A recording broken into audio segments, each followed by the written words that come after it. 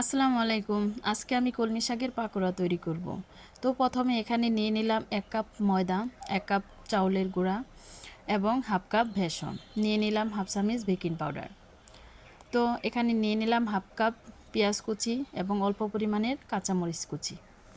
নিয়ে নিলাম জিরা বাটা, রসুন বাটা, আদা বাটা। তো নিয়ে নিলাম লবণ এবং হলুদের গুঁড়া এবং গোটা হলুদের গুঁড়া। তো এগুলো নেওয়ার পরে হাত দিয়ে ভালোভাবে মাখিয়ে নিতে হবে।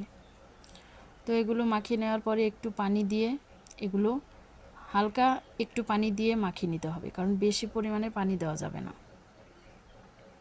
তো মাখানোর পরে এখানে নিয়ে নিলাম একটা ডিমটা নেওয়ার পরেও এটা ভালো করে মাখিয়ে নিতে হবে। তো মাখিয়ে নেওয়ার পরে ওদিকে আমি কলমি শাক কুচি করে রেখেছিলাম। তো এগুলো অল্প অল্প করে ডোর সাথে মাখিয়ে নিতে হবে। তো মাখিয়ে নেওয়ার পরে এই তো দেখেন পাকোড়া তৈরি করার জন্য হয়ে গেল। তো এখানে আমি কড়াইতে আগেই তেল গরম দিয়েছিলাম। তো মিডিয়াম আঁচে চুলাটা রাখতে হবে এবং একটা একটা করে পাকোড়ার জন্য পাকোড়া দিয়ে দিতে হবে তেলের মধ্যে। তো এভাবে আমি একটা একটা করে দিয়ে দিচ্ছি। তো এগুলো ভালোভাবে আস্তে আস্তে মিডিয়াম আঁচে রেখে ভাজতে হবে। একটা কাঁটা চামচের সাহায্যে এটা আমি উল্টিয়ে পাল্টিয়ে দিচ্ছি। এটা কালার আসা পর্যন্ত এটাকে ভাজতে হবে। তো এভাবে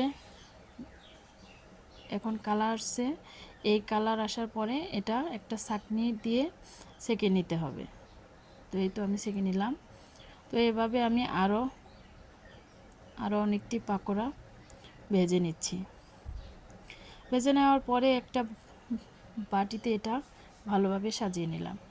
তো এটা টমেটোর সস দিয়ে খেতে অনেক মজা লাগে। তো এটা বিকালে নাস্তা হিসেবে আপনারা খেতে পারেন। তো ভালো থাকবেন। আল্লাহ হাফেজ।